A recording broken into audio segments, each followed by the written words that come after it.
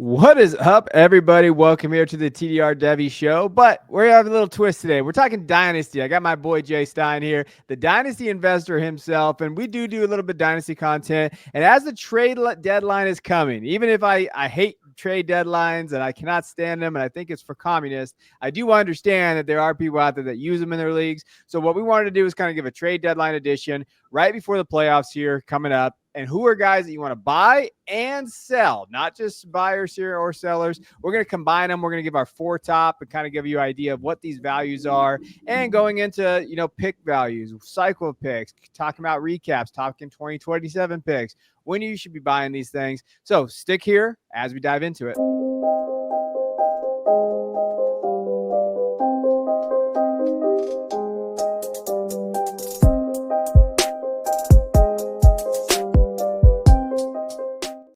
And as just a quick refresher, I've shown this plenty of times in our Substack, our writing on these channels, on these videos, on the podcast.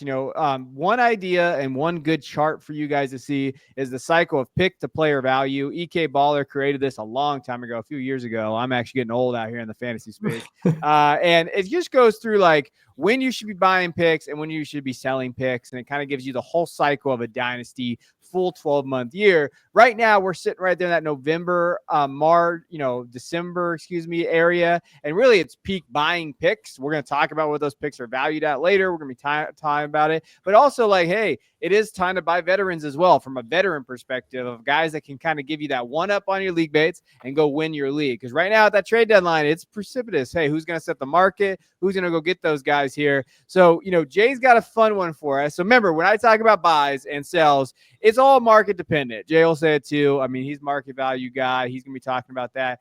But we're also going to give you buys like if you're a contender, if you're a rebuilder. There's all kinds of different areas in this video. It's not specifically designed just for contenders. It's all encompassing here. Devy, I will say Devy here. Dynasty buys and sells here. So Jay, give me your first one. Who you buying here?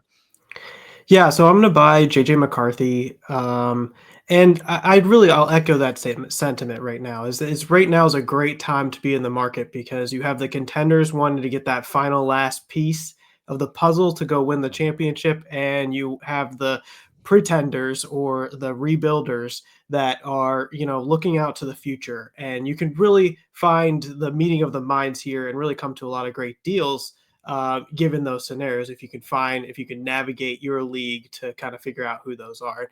It comes with a little bit of self-evaluation and kind of figuring that stuff out. But I think JJ McCarthy is a very good long-term buy right now. And well, I'll give you a little history, right? So he was selected 10th overall to the Vikings after leading Michigan to the national championship. He suffered a torn meniscus before the season started.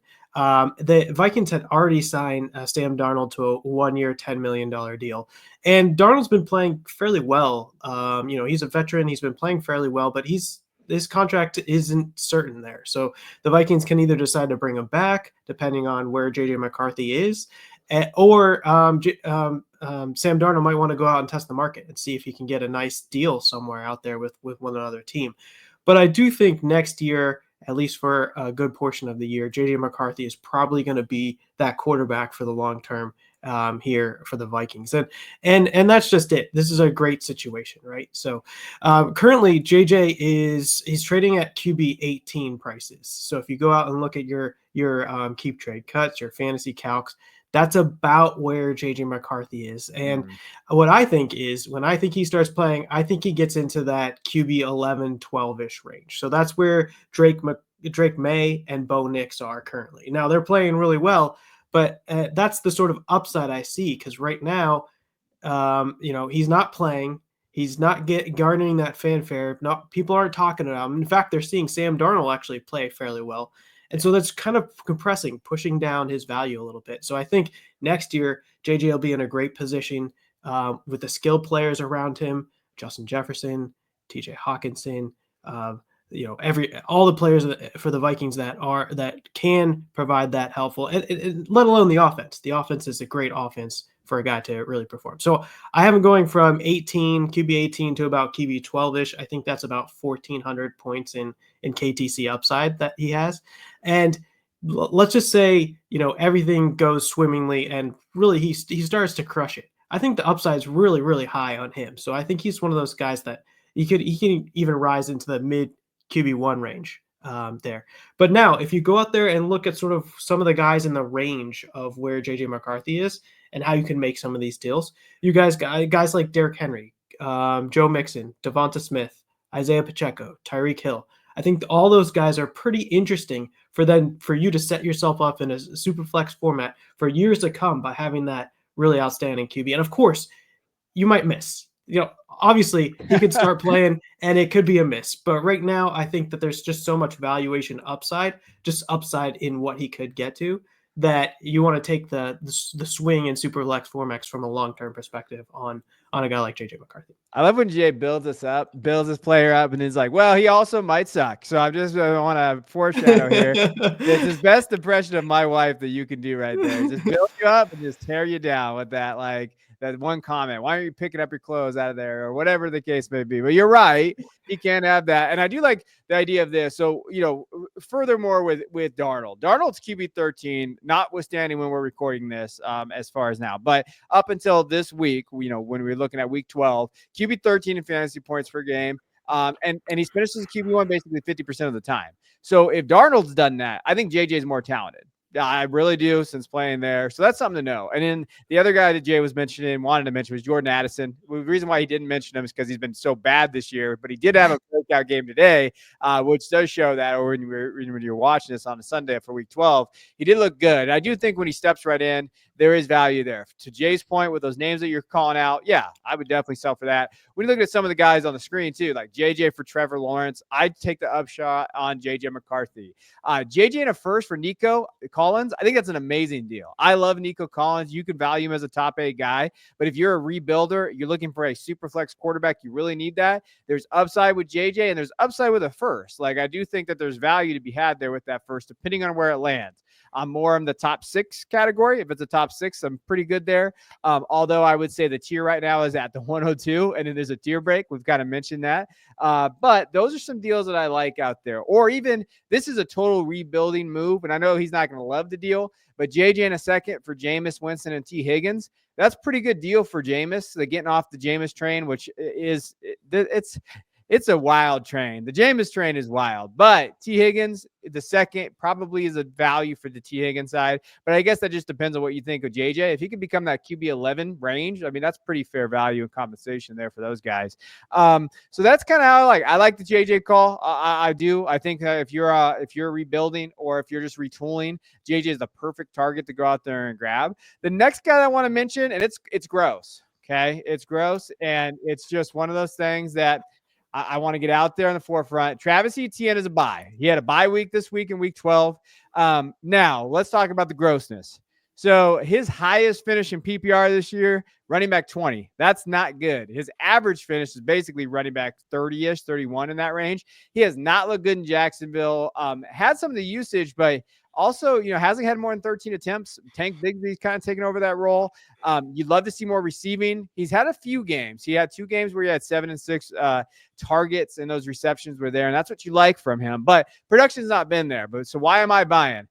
Well, one is you're seeing veteran running backs kind of pop off this year. You've seen the Derrick Henrys, the Joe Mixon types. You've seen those guys that have a role on their second team and perform well. Etienne is probably getting moved off Jacksonville. I don't know if they're going to pick it up, the option or not, but if they have a new coaching staff, which they should have a new coaching staff, then that just looks to me like screams, okay, we're going to move on from Etienne. He's going to find a role somewhere else, right? And I think his value is so depreciated. Now, running back 11 is probably really high as opposed to what we have it. So we're kind of making in our ranking as hey, we like him. We think he's pretty good. We do think that he has value out there. But if you're looking from a keep trade cut value, which is so reactionary, Etienne is a value, right? So when you're thinking of him, he's at running back 29 right now on keep trade cut. So if that's the case, he's getting value basically at a second round pick. So if you have a late second to throw Travis Etienne, I would do that. I think I can still buy in on the talent. I don't think he just forgot how to play. I think his reception is going to be there. I think he can find a role on an offense. I'm really good for that. And again, look at some of these deals. Travis Etienne for Juwan Jennings. Give me Etienne on that side. Etienne and a first for DK.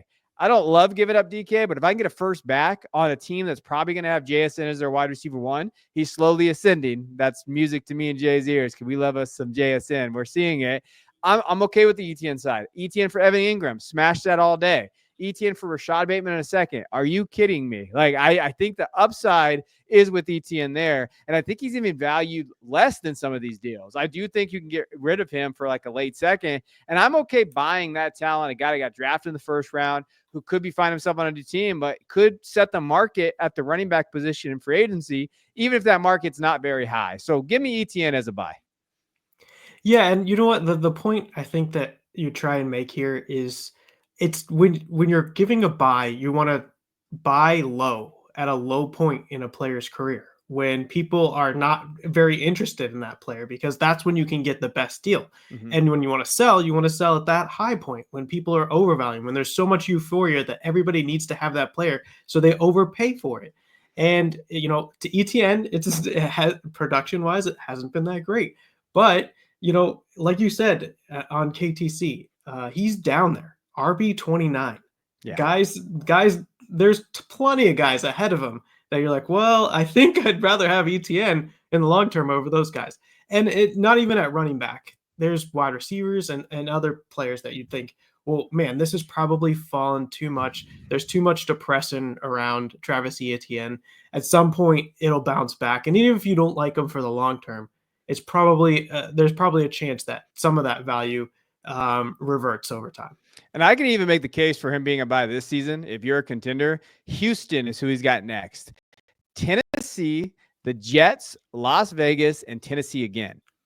Those are pretty juicy matchups for the running back. And I know there's always a case where maybe they pack it in. They're terrible, right? They're on another 4-game losing streak. They've only won 2 games this year. So you do have risk there, but he's the asset taking the risk. Hey, if you buy him for a second round pick, you're not losing too much value there. Honestly, I think that it's a value there anyway. If he does perform where you can put him in this flex down the stretch, maybe he wins you your league. And then next year, I'm expecting better, right? At running back 2 numbers.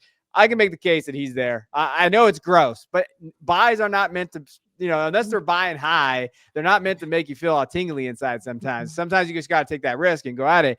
Mixon to me was that risk for me. Now, I think ETN does have some question marks there, because Mixon, I think, was a better runner, and I think that his size helps him be that 3-down guy. But ETN can be a PPR guy. He can catch passes. It's not great, but he can do it. And I do think a team's going to look at him and say, hey, I think we can make him kind of that bell cow, in quotation marks, for those of us on the podcast, and kind of put him in there, and he can produce for me. And he's a value. Like, he's just a value based on the deals that we're seeing out there. All right, next guy. Who are we buying, Jay? So this is Garrett Wilson. I went on a rant about him right before the season started, and it really hasn't worked out. So I'm not really excited about that. But Aaron Rodgers. I do not think it was a bad process on my part. I just think it was just sometimes you get unlucky about the timing. So the good things is that all the reasons that I was like very interested in buying Garrett Wilson at the start of the season, it's actually played out that way. So the reasons why I liked him before the season is still the same reasons why I like him now. So this season, Garrett Wilson's, he's averaging 17.6 expected points per game, which through week 11, which is good enough for wide receiver 4 on expected points as of week 11. He happens to be underproducing, and he's only averaging an actual 15.6 points per game. So it's really disappointing to fantasy managers because when you're putting him in the lineups, he's not getting you actual points. But I do think over time, usually actual reverts to expected over time, and he's underperforming expected by quite a bit. So, I think expected points argument here is sort of backed up also, I believe, by the share of the offense that he has. And currently he has a large share of this New York Jets offense relative to the rest of the NFL. So, and I think that eventually does come through in fantasy points at some point. So through week 11, Garrett Wilson has a 29% target share, which is 6th in the NFL, and he's a 39% of teams' air yards. So share of the team's air yards. So generally, when you're looking at the team share, he's really good. When you're looking at expected fantasy points, that's really, really good as well. It's not converting. And you could chalk that up to the situation. In 2023, he had Zach Wilson as quarterback after Aaron Rodgers went down.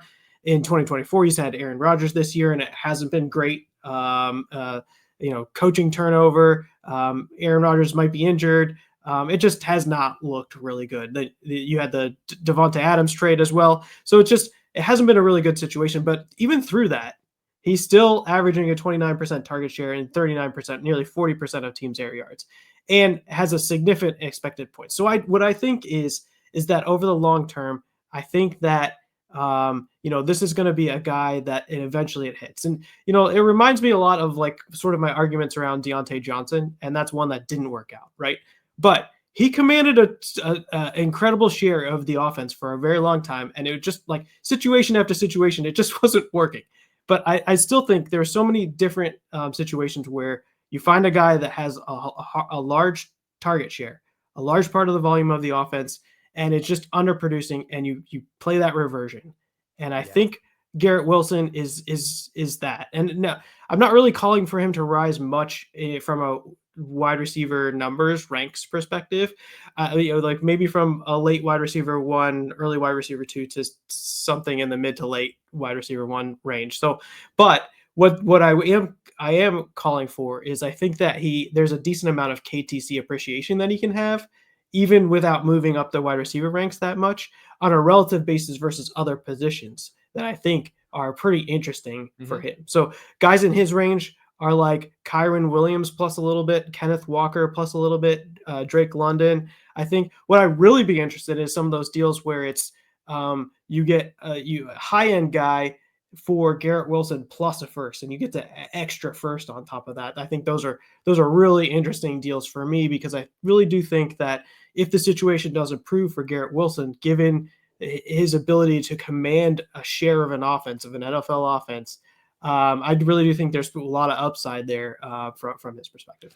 Yeah, no, I think you're fine with Garrett Wilson. I think that we've just been unlucky. I think that there's sometimes with the talent just has that unlucky scenario. I think the one thing I wanted to point out to everybody out there, people will talk about Devonta Adams, but when you look at his contract, he has a contract potential out this year. So if they cut him after this 2024 season, it's $8 million dead cap. That's it. So if they decide not to bring back Aaron Rodgers, which looks like that's the case, it does seem like that marriage is coming to an end pretty quickly here.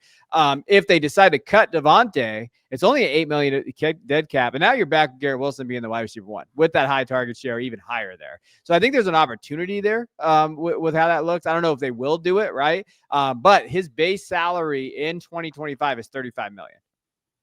So there is going to be there. I mean, there is accrued dead cap with the Raiders as well. Obviously, they paid his base salary. They're looking at that. But there is like is a big hit, right? So when you're thinking of like what that's coming, that's one of those things you got to think of there. Now, as far as some deals I like for him, like it's funny you mentioned it. We'll get into it. But Garrett Wilson, A.J. Brown, I would re-roll with Garrett Wilson. I am okay giving up A.J. Brown for Garrett Wilson if I am a retooler rebuilding in that range there. But the one I want to ask you about is Garrett Wilson and a first for Nico Collins, because that's kind of generally what you were talking about with those elite tiers. Are you still on the Nico side here? Or are you with Garrett Wilson in the first?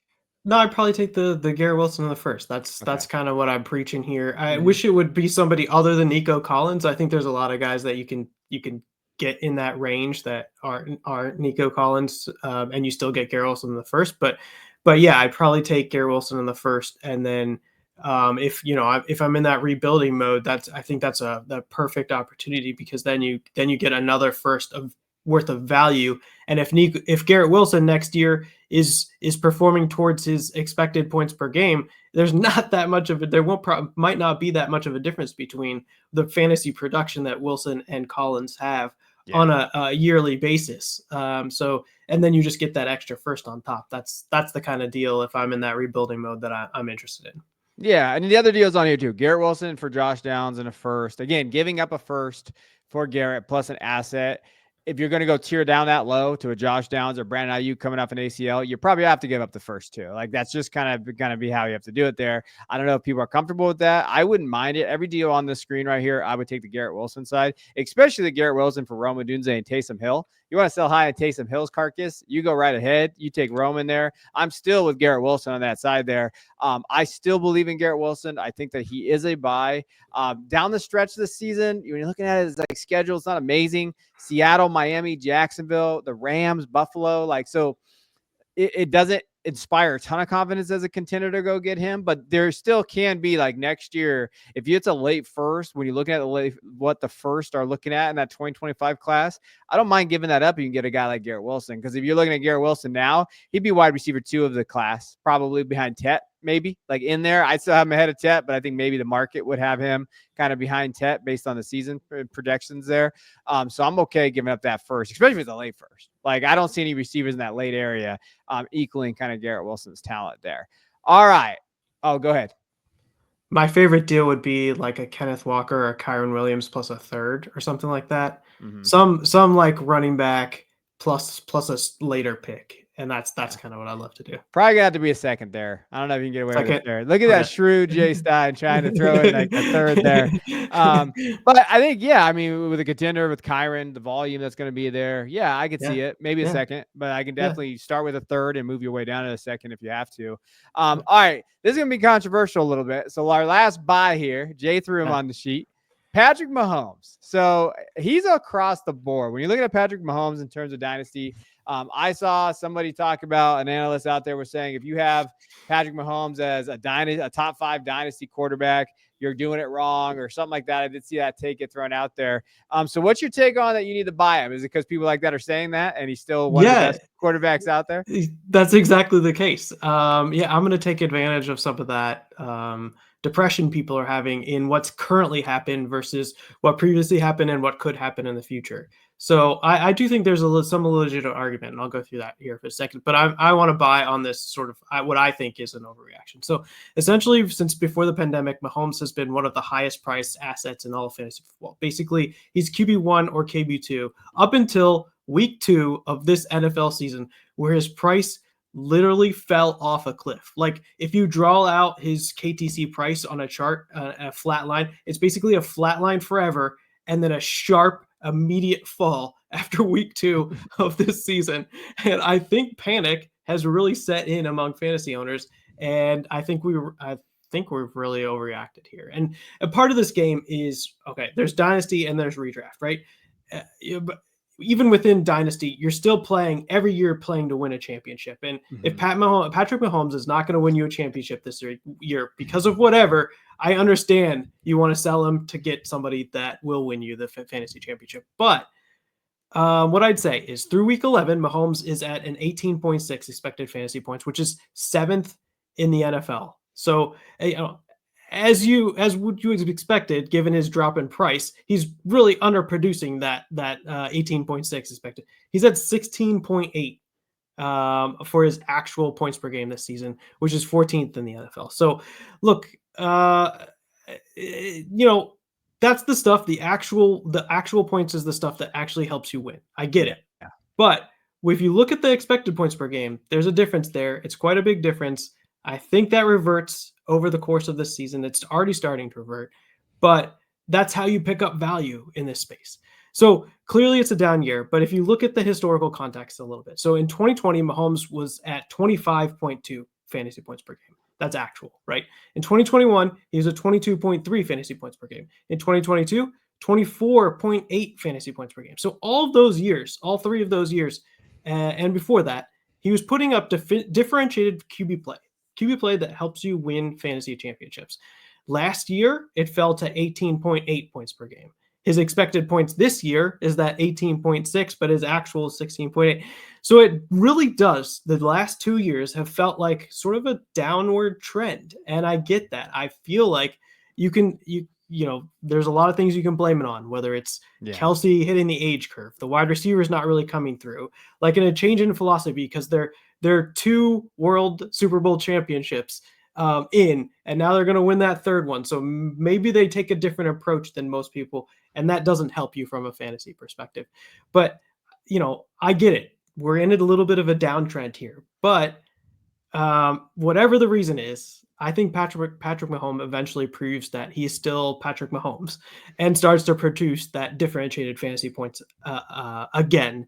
And I think his price will appreciate to support that. So I really do. I think that this is a great time to buy Patrick Mahomes because nobody wants to buy him. And if you go out there and you grab him, they get a discount, and maybe the situation changes next year, and maybe they do get that you get Rashee Rice back, you get another player in there, and Travis Kelce, has a good year again. Like it can change around, and I do think Patrick Mahomes will probably get up into that range where he was for the past 3 of 4 years, if not offering that differentiated production. Now, the reasons why people move away, the downtread, and also he's not a rushing quarterback. And a lot of value comes from rushing quarterbacks. But my counter argument to that is that there were 3 years that he showed where he still wasn't a rushing quarterback, where he's putting up 25, 22, 24 points per game in all 3 of those years.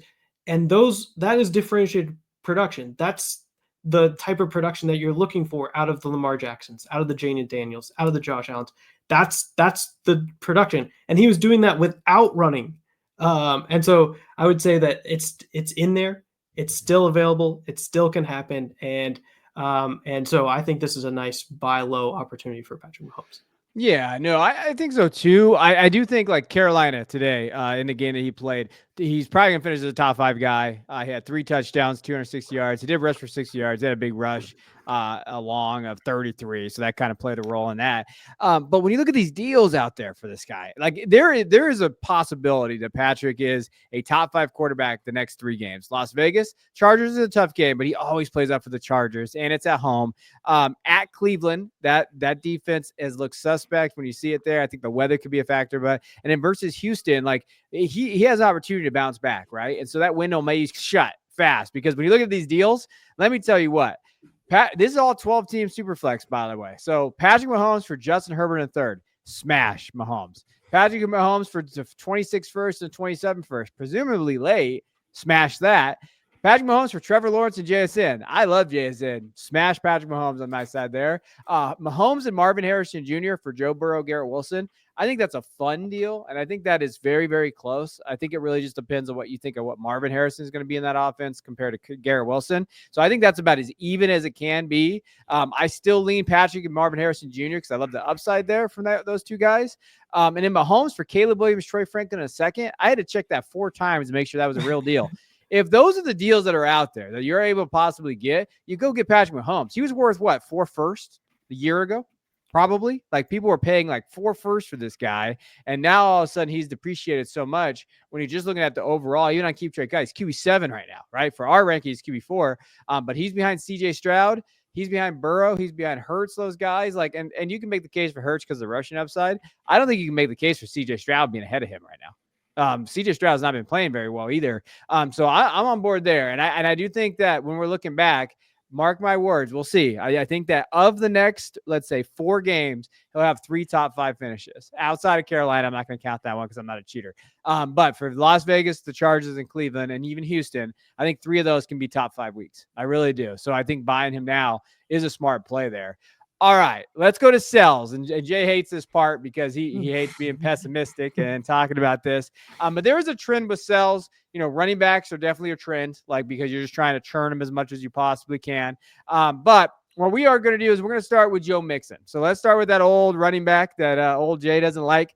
And let's talk about why he doesn't like him. Now, Mixon has been, he's been on fire this year. And he's looked as one of the best probably players for the Texans. Speaking of the Texans, with CJ Stroud kind of struggling there, he looked great in his week against Dallas, where he had those 3 touchdowns, 109 yards. Didn't look too great this week, 12 against Tennessee. But he's basically been top 8 guy, right? I mean, when you're looking at standard for sure, in PPR, definitely with the pass catching upside that he's shown, he's been efficient with those. When you're looking at his season finishes in the top 10, he had a 2, a 2, a 4, 6, 8, 1 of those weeks. He's been kind of a league winner. So why are you telling me to sell him? So this gets back into meeting of the minds here, right? So if you are a contender and you need Joe Mixon on your team, you could be the other side of this. You can hold on to him, or you can be the other sides. I would argue that there are ways, if you are a contender, to sell that aging running back and stay a contender. But you probably would want to keep on it because it's differentiated, right? So through week 11, Mixon's averaging 22.6 points per game. that's like quarterback level production that you're getting from him. And he's outperforming his expected points by 3 points. So it's 19.6 points per game. So even his expected points, even if you called for a reversion in expected points, it's still 19.6 is very differentiated running back production. So he's helping you win this year. But Yes. in the cycle of where we are, if you are not a contending team, or if you're a fringe contending team, it's time to sell the older running backs, the older veteran running backs, and go grab your firsts. Because when you get into the offseason, those older veteran running backs, the guys that people are worried about falling down the age cliff, the guys that people are worried about what team they're going to be onto, or is there going to be a rookie running back that gets drafted to their situation? All of that is downward pressure on their price. Yeah. And when you own the first or second or those draft picks, and everybody starts getting excited about those draft picks or converting it to the next year, 2025s, 2026s, 2027s, all the pressure is an upward price and pressure. Those picks are going to appreciate in value at that time. And so if you are a pretender, a rebuilder, and you are lucky enough to have Joe Mixon on your team or bought him on your team during the offseason, get rid of him before the deadline. Get that first. Get that longer term prospect that you think will be worth more than a first, and go grab him right now. So one of the trades I recently did, I put this on the show sheet. I don't know. It was in a Devy league. And I had Mixon on my team. I'm definitely not a contender. And last week I sold Mixon for Travis Hunter, which I thought was a pretty interesting day. And I know there's a lot of risk with Travis Hunter, but right now Travis Hunter's price is in that late first round-ish range, not because of his talent, just because of the risk that he going to play wide receiver enough in the NFL to matter from a fantasy perspective. But that's the kind of like type of return I'm looking for. It doesn't have to be Travis Hunter in general, but something that has that sort of that upside, the first round pick, the prospect that you think will probably be worth the first round at some point, something like that, just from those perspectives. Now Mixon, he's 28. That age cliff comes for running backs in that 29, 30, 28, 29, 30 range. So that's kind of where we are for Mixon. And that doesn't mean that he doesn't go off and have another great season. But I do think the way that you do Dynasty, if you look at that trade value chart, is you trade away those veterans to some contending teams and go grab you some value that might appreciate and get you even more value than Joe Mixon will over a 3, a 4, a 5-year time period. Yeah, I mean, I look at him similar to like Derrick Henry last year, although he's not on the contract, right? So when we're thinking of Mixon, he's going to be there next year. I mean, there's really the cap hit's going to be $9 million, but they really can't get out of it. Like in terms of dead cap, that's going to be the following year. So if you do buy, if you're like looking at these prices, like, I'll buy, I'll take that extra hit. I get it, but it's depreciated ever since when you lose or win, right? Let's hope you win. That would be probably optimistic. Let's say you win your league and you're kind of right out there. Mixon's value is depleting over the offseason. Right, that is where it's really going to go. This is probably his elite peak right now in terms of this, and I'm in lockstep with Jay in terms of 27 first. I'll do that. I will figure out a way to churn and find that in there. If I can find a veteran guy to kind of grab and add to it, I definitely would do that there. I love his deal for Travis Hunter. That's a fun deal. Like I think that the way you look at the Joe Mixon Travis Hunter deal is like you're buying both guys like. You're pretty much selling at Joe Mixon's ceiling, but then you're buying it like maybe Hunter's floor at that late first. Cause I have seen people go up the top 4 with Travis Hunter out there in terms of rookie drafts. So if that's where he gets to, you're already going to get that value back in like a Devy league, for example. So I do think that is a good call there. I do agree. Now, when you look at some of the deals there, Mixon a third for Ladd McConkey, I like Ladd. I don't know if you have to give up a third. I think you could just go Joe Mixon for Ladd McConkey. I don't know necessarily having to give up that extra capital there. Mixon for a second and Jalen Wright. Jalen had 7 carries a day. I just don't see a ton there with the chain being there. So that's a tough one. But getting a second back, I guess that's basically a first value if you're going to combine those values there. I'd rather just get the first. So there's deals out there for him there. DeAndre in a second. Again, I'd rather the first. Like I'm not buying. I don't want to buy DeAndre Swift for Joe Mixon plus a second. I just feel like that's kind of a wash in my opinion. And then Mixon for Jatavian Sanders, Najee Harris. Again, I like Jatavian. I'm not a big fan of that deal either. I like the Joe Mixon side there. So really, I draw the line at that first. If I can get a first for Joe Mixon, and like he said, there is an avenue where you could sell aging backs, but still get production as a contender and still win your league and churn. There is an avenue for that there. Any deal in there stand out to you, Jay?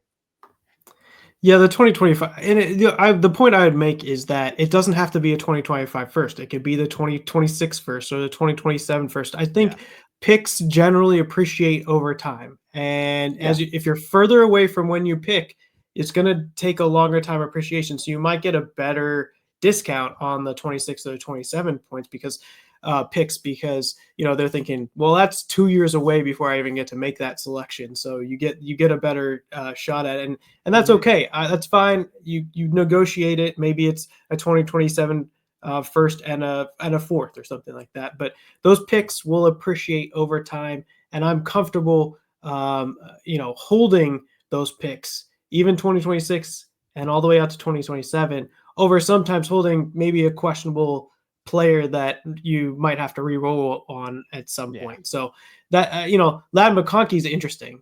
Don't get me wrong, Ladd McConkey, but Jalen Wright, that would be one. DeAndre Swift, Najee Harris, those guys, I'm not really comfortable holding those guys over the long term. For the same reason, I don't really want to hold Joe Mixon as well over the long term. But yeah, that's kind of the same way I'd view it.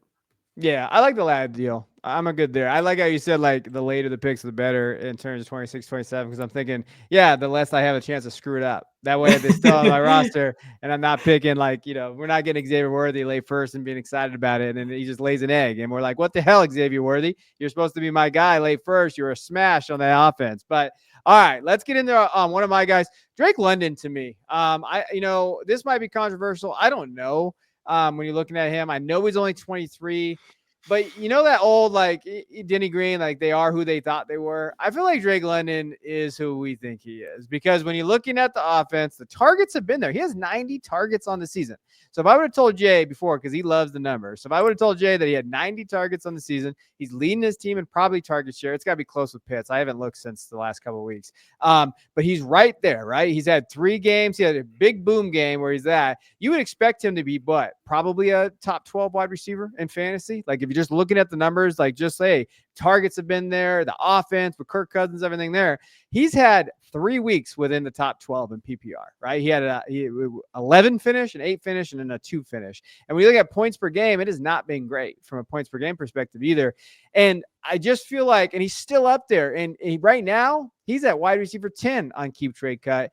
And man, that just feels like it's too high for me. I feel like you're chasing a floor with him, right? And he really, from a week in, week out basis, I struggle putting him in my lineup. And true or false, and this is a question for Jay, and I want to see what he says. Who would you rather have, Drake London or JSN right now? Well, JSN is rising, and it's hard to know where his star is going to stop rising. And so the trend is definitely up.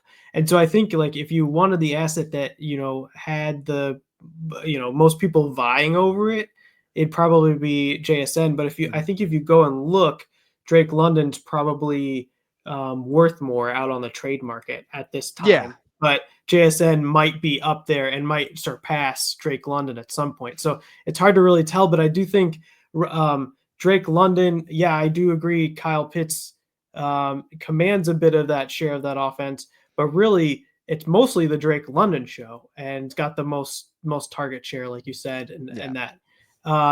JSN competing with DK Metcalf, then if DK stays around, but if JSN becomes the Amon-Ra St. Brown of that offense, watch out. That's the problem. Like, and I think really he didn't need to beat out DK, which I think he is. He just needed to finally beat out Tyler Lockett, which he finally done. Thank God we have finally beat out Tyler Lockett to where he's being more efficient. But that's kind of my point, right? JSN's getting value lower than Drake London, but I'd rather have JSN on my roster. If I get to tear down to JSN, I'm totally okay with that. Now there's a deal on here: Drake London for Geno Smith and JSN. I don't want to buy Geno Smith. I'm never been an advocate of that. But that's kind of that where I'm, hey, if I can get a tier down and get an asset like JSN, which I think has a higher ceiling than Drake London does. I mean, really the key is it's been Pitts, but it's also been Darnell Mooney. But if you're losing out targets to Darnell Mooney and you're supposed to be the wide receiver one of a roster, like that to me is a problem. And I think that's one of those things that I get concerned about with Drake London there. And when you look at some of these deals, Drake London for Bo Nix had another good game this week, week 12, against the Raiders, threw 2 touchdowns, probably going to finish as a top 12 guy again. Drake London for Rome Odunze and a first. Again, I'm not a huge Rome Odunze believer, but if I can get a first back with him, I think that's a pretty solid deal there. Drake London second for Saquon is the one where I kind of lean the wide receiver, but I get it from a contending perspective to go get Saquon there. And then this is the deal, like Drake London in a third for Ricky Pearsall, which yeah, like I could do without Ricky Pearsall. If you could find someone else in that tier as well. Like, you know, when you're looking at this, like some guys are going around Ricky, Chris Godwin, Xavier Worthy, even though I just kind of crapped on him a little bit, Jameson Williams, and then what he went for was 2 firsts and Ricky Pearsall. If I can get another wide receiver like a Godwin and 2 firsts, I'd smash that. If I can get 2 firsts for Drake London, I do that. Like I don't know where you're at there, but if I can get collect those assets for him, I'm going to do that deal. That's great. And also, I stand corrected. I just looked it up. Jackson Smith and Jigba target share 24%. Drake London 26%. It's not that different. Yeah. So then it just comes down to what the offense is doing. Yeah, and I think the offense is building through JSN, and they finally kind of found their niche with him. And I think Drake London, this is what he is. He is who we thought he was, and I think for some, that's a wide receiver 2 ceiling, not a floor, like a ceiling. And I think that's where I'm at with some of these guys. If I can get JSN plus, I'm doing that right now. I'll be quick on this one. Tyrone Tracy Jr. from the Giants. Listen, he is 20. I like Tyron Tracy, okay? But he is running back 22 in fantasy points per game. I think some people are popping him up since week 5.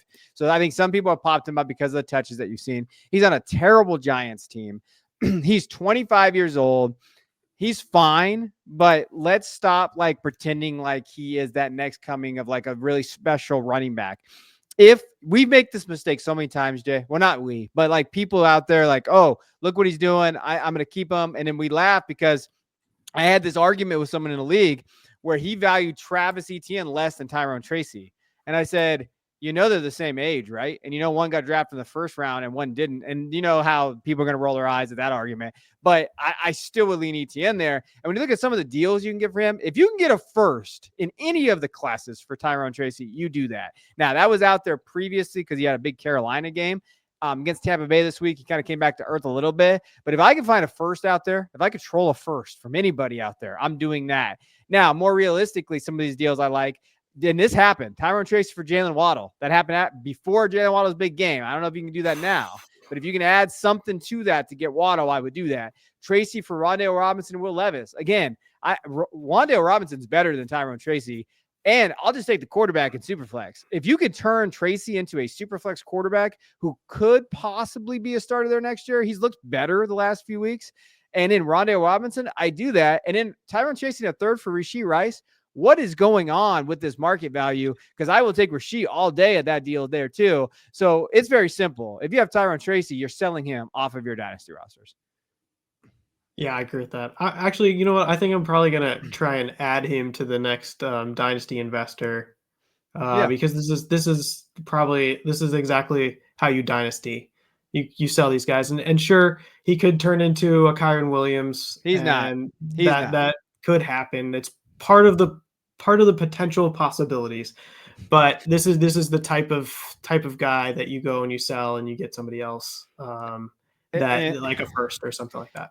And the problem I have in the foreseeing is like, I don't know how this coaching staff makes it after all the turmoil, all the things that you're seeing with the Giants. They drafted Tyrone Tracy. Next group comes in, they might not have a role for him. Kyron Williams has a role because of that coaching staff and that stuff believe in him too. So I think there's a little bit of just a little bit of a misnomer there.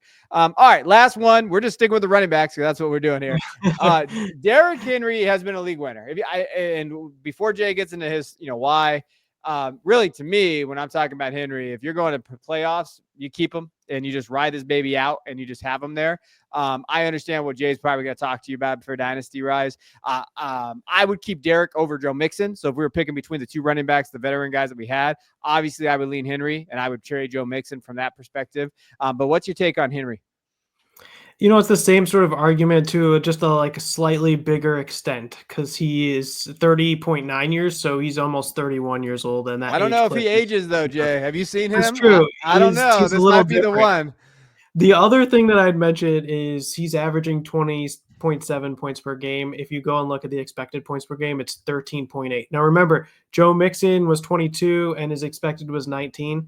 Derrick Henry's is 20.7, but his expected is 13.8, nearly 14. So he's outperforming his expected points per game by 7 points, which is by far the biggest out of anybody. So I do agree. He'll produce points, right? But if you were to pick anybody that's going to have a reversion on points per game to expected points per game, this is by far the biggest one out there right now. Is that 7 points there from Derrick Henry?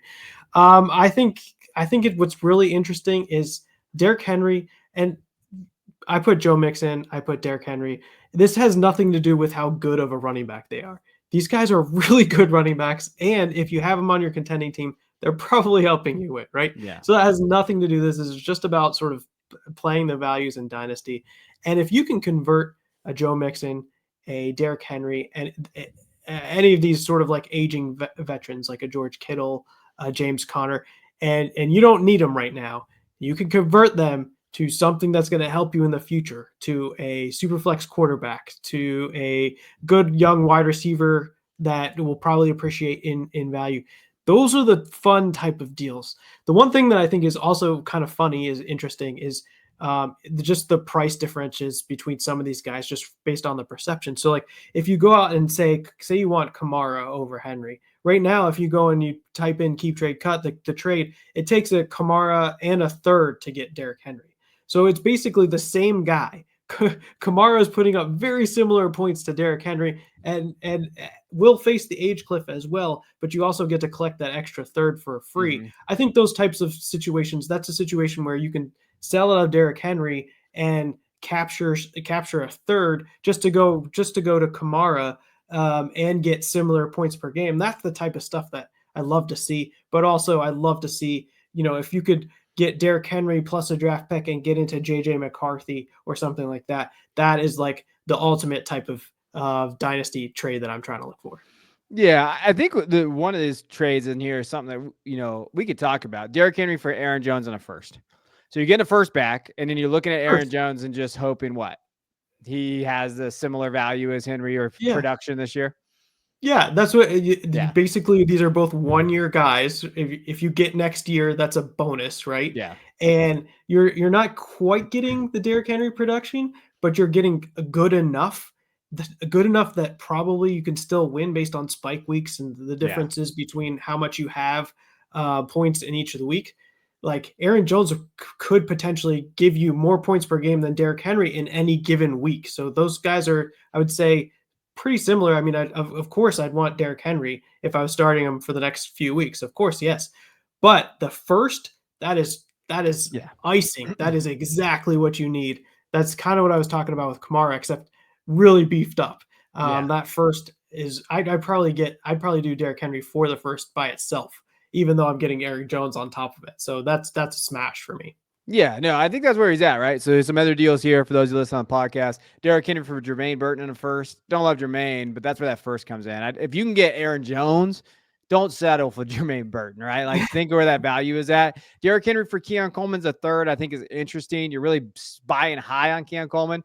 That's got to be more than a third, in my opinion. If you can get a first back with Keon Coleman or at least a second, but I don't know. Like maybe I'm still out on Keon Coleman. Maybe I'm just the out guy on this guy there. Derrick Henry for Najee Harris in a first, and then straight up for a first there. But to your point, Yeah, there's some guys in there, and I don't want to keep beating on this bush because if he does not look good the last few weeks, I'm going to get freaking skewered in the comments. But if you could get Travis Etienne and a first for Derrick Henry, and let's say you're in that, you're not a contender, a true contender. So I don't want to like put my foot in my mouth because if you're going for it, you just go for it. But if you're in that, I'm in points for like 6 to 9 range, and you're like Derrick Henry's doing well, but we know how this happens. Derrick Henry has a one bad game, and then your team is ass because that's the guy that you've basically been relying on. If you could drop that down to the ETN tier, who's at running back 29, and get a first back with it, or maybe something else, maybe another added asset to it, I don't mind taking that risk, right? If you're in that mid tier range there. So that's kind of how I feel about Derrick Henry too, is like, yeah, to your point, Kamara, man, you can get Kamara plus a third, like another asset, maybe a second, depending on what that production profile looks like. Josh Jacobs isn't sexy either, but if I can get Josh Jacobs in a first for Derrick Henry, don't mind it. Like, I don't hate that kind of production there. Or even like, I mean, Joe Mixon and him are kind of back to back, but it kind of depends on your league and where he's at based on that. If you can get something back with it, I think that's a pretty good value there. Unless you're a true contender. So don't be going in the comments yelling at us like Derrick Henry's averaging. We know that. Like, we get that. But this is just our perspective based on it.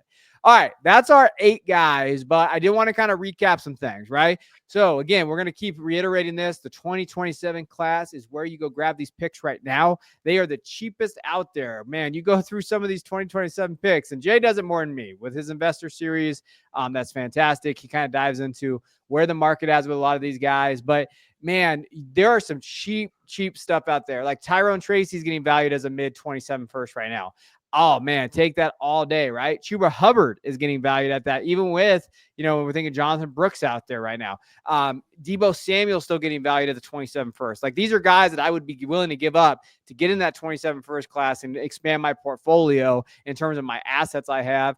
The other tip I wanted to make sure I throw out there, diversify draft classes if you are selling. Don't just buy all into the 25 class. Spread those things around. Get a couple picks in the 25, 26, 27. Diversify. That way, if you miss on a class, it doesn't kill your dynasty team, right? It doesn't just sink you like the Titanic. You're still able to move some picks around and have some value there. And make sure you have an honest evaluation of your roster. Right? Whether you're a contender or not, just based on that points for, based on what your other league mates are doing, what their rosters look like. Don't just wish, right? Don't be like, oh boy, if it breaks my way 3 times, I can win it. Now, it can do that, but Jay will tell you from an analytical perspective, the percentages are not high based on that area there.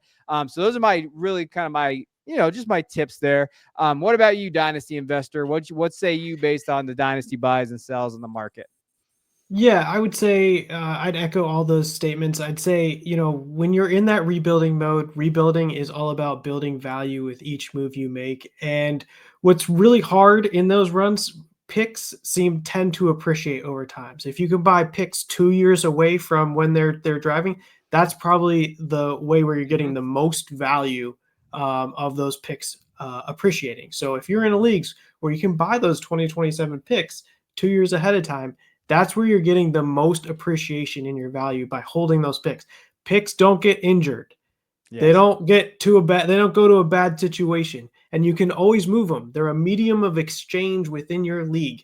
And so I am an advocate, as you're well aware, that if you're in that rebuilding mode and you're worried about a guy that's going to decrease in value, convert it into a pick and hold it, because those picks will appreciate up until you make the selection.